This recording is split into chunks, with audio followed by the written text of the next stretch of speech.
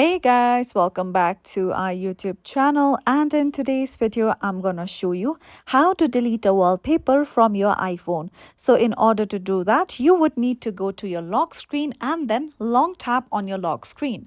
Then after this, if you swipe towards the right or the left hand side, you could see various wallpapers. So in order to delete a wallpaper, tap on that wallpaper and swipe it upwards. Then tap on the bin icon. Then over here, tap on delete this wallpaper. Now after that, you will successfully be able to delete a wallpaper from your iPhone. If you wish to, you can customize your existing wallpapers or even tap on the plus button and add other new wallpapers for your iPhone. So follow these easy steps and you will be able to delete wallpapers from your iPhone.